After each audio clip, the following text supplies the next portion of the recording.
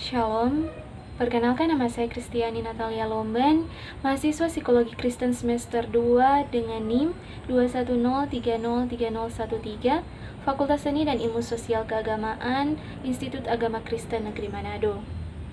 Maksud dan tujuan saya membuat video ini adalah untuk memenuhi tugas mata kuliah Filsafat Manusia, dan materi yang saya pilih untuk saya bahas di dalam video ini adalah mengenai kebebasan. Nah, pada video saat ini kita akan membahas mengenai kebebasan ya dari sudut pandang orang. Karena setiap orang memiliki pandangan yang berbeda mengenai kebebasan. Dan saat ini saya memiliki sumber. Memang narasumber saya ini tidak bisa bersama-sama secara langsung sharing atau wawancara ya bertatap muka karena memang beberapa hari yang lalu sudah mencoba untuk mengatur jadwal untuk pertemuan, tapi karena memang ada tugas dan tanggung jawab yang tidak bisa ditinggalkan sehingga sharing atau wawancaranya via telepon. Ya, baiklah teman-teman, pada saat ini kita langsung saja menghubungi narasumber kita, yaitu Nadia.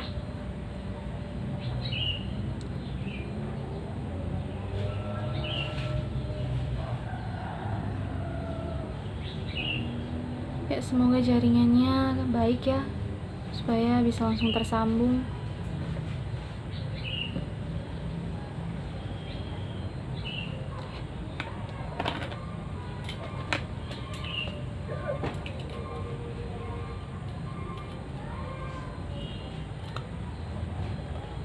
Kita masih menunggu ya teman-teman.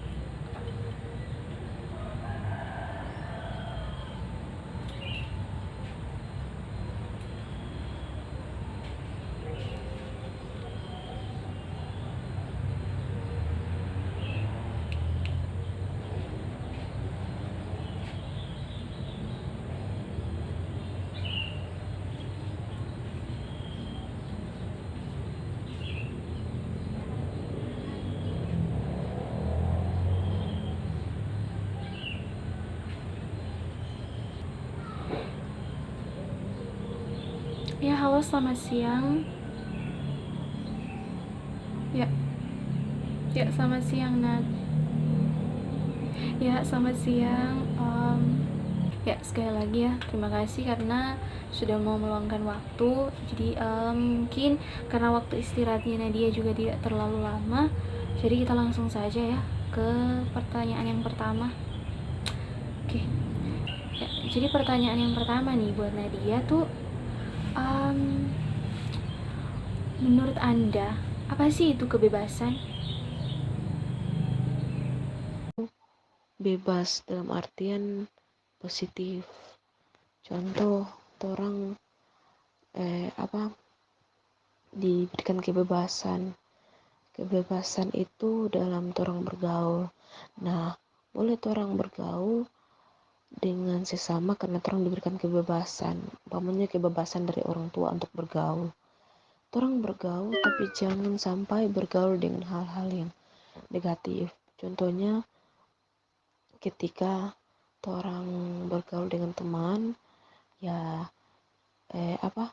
bergaul yang positif dan jangan yang negatifnya macam orang dia barokok orang juga sudah ikut barokok. Pokoknya hal-hal yang negatif itu jangan sampai.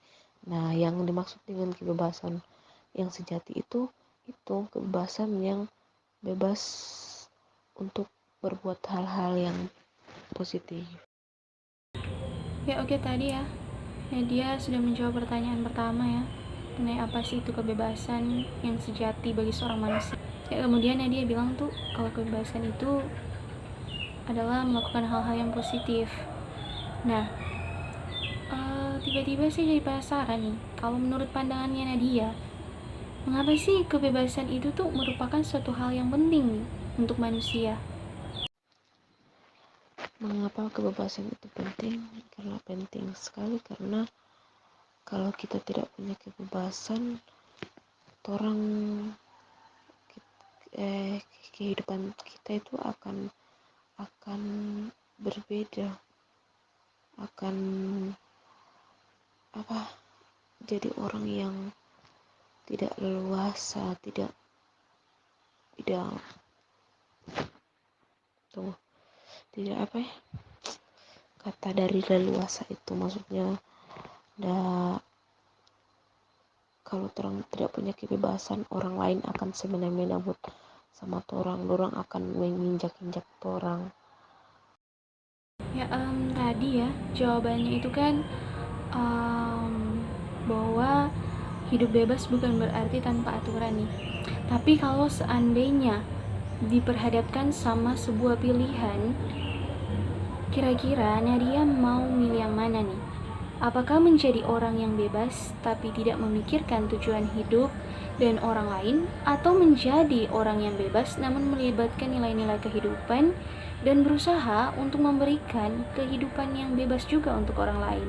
Saya lebih menjadi orang yang bebas namun melibatkan nilai-nilai kehidupan dengan berusaha untuk memberikan kebebasan untuk orang lain, karena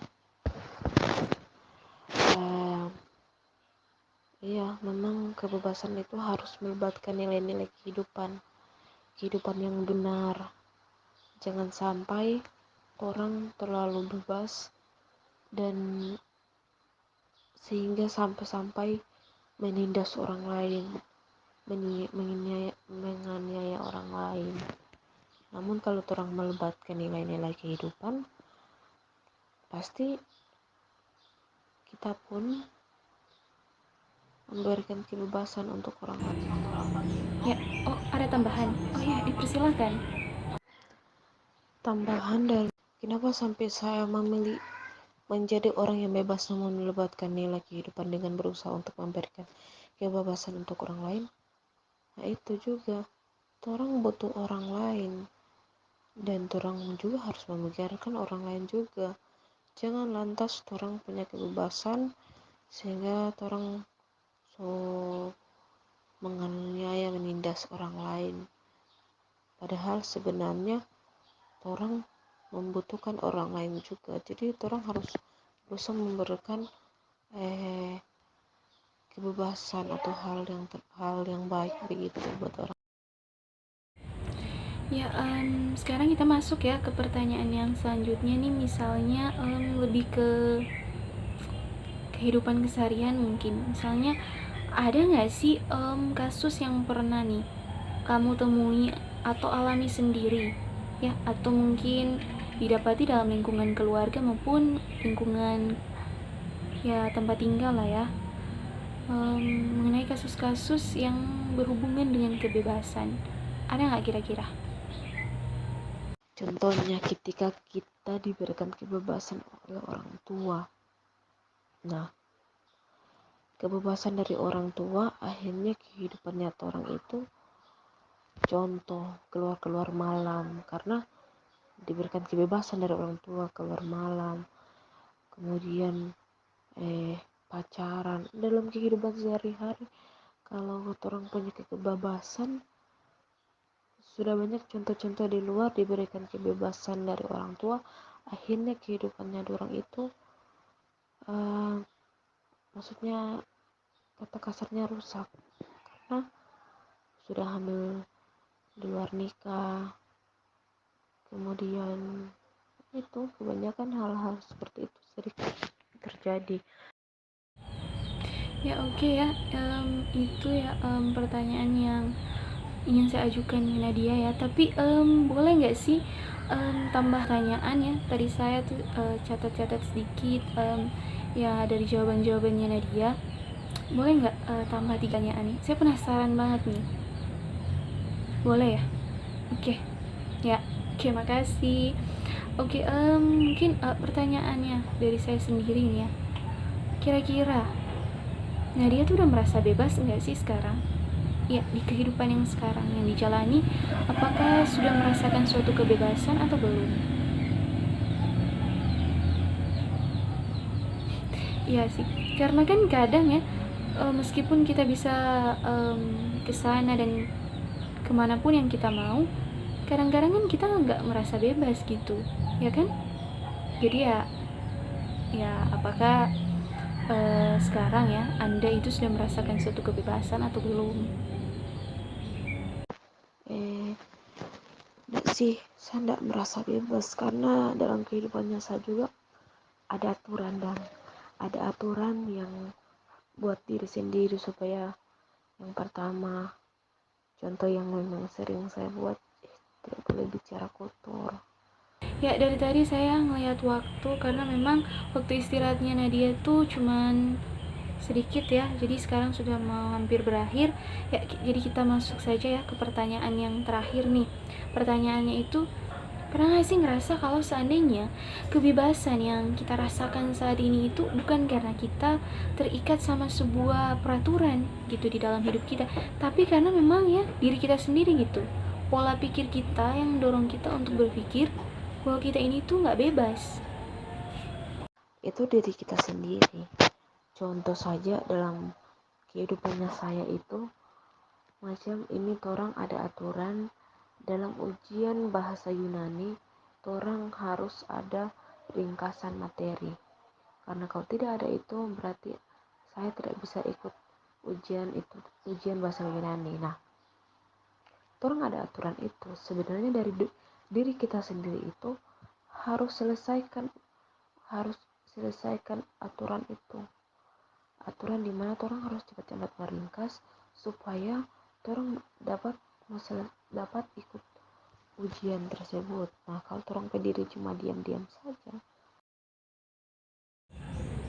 Ya, jadi teman-teman, sesi wawancara atau sharing saya ya dengan narasumber kita berakhir ya, karena memang waktu istirahatnya juga tidak terlalu banyak, jadi dia ya menempatkan waktu untuk bisa tanya jawab di video ini. Ya, sekali lagi diucapkan banyak terima kasih kepada Nadia yang sudah boleh meluangkan waktu untuk sharing, jawab pertanyaan ya di pada saat ini. Biarlah kiranya apapun yang menjadi impian kedepannya itu boleh dibuat berhasil ya. Sekali lagi terima kasih banyak dan tetap semangat ya Nat untuk melanjutkan tugas dan tanggung jawab. Ya, sekian ya pembahasan kita mengenai kebebasan dari sumber kita tadi, dan ada poin-poin penting yang bisa saya ambil ya. Yang pertama itu bahwa kebebasan merupakan suatu momen di mana kita mampu untuk memutuskan dan memilih segala sesuatu yang kita inginkan dengan keputusan diri kita sendiri ya. Dan apapun itu, semua yang kita lakukan itu pada akhirnya kegunaannya adalah untuk diri kita sendiri. Kemudian yang kedua adalah bahwa terkadang pikiran kita lah yang mempengaruhi kebebasan kita, sehingga kita berpikir bahwa kita itu dalam ranah ketidakbebasan.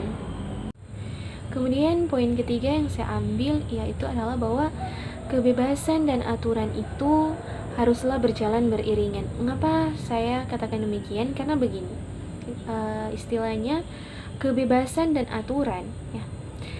Kebebasan dengan adanya aturan ini hanya akan memberikan goresan kecil kepada kita. Tetapi kebebasan di mana kita mengeluarkan dan melempar jauh aturan, kebebasan ini akan bukan hanya memberikan goresan kepada kita, tetapi juga luka yang dalam, yang kemungkinan tidak akan sembuh dalam waktu yang singkat. Mungkin seperti itu ya teman-teman. Kemudian poin yang keempat yang saya ambil itu adalah bahwa tidak semua orang di dunia ini sudah merasakan kebebasan. Ya, mungkin saya pribadi maupun teman-teman yang menonton video ini ya, tidak semua orang merasakan kebebasan ya. Kebebasan dalam ya berbagai aspek gitu. Sekian pembahasan mengenai materi kebebasan dari saya. Mohon maaf bila ada tutur kata atau pengucapan yang salah yang saya lakukan selama video ini berlangsung. Untuk itu mohon undur diri. Sekian dan terima kasih.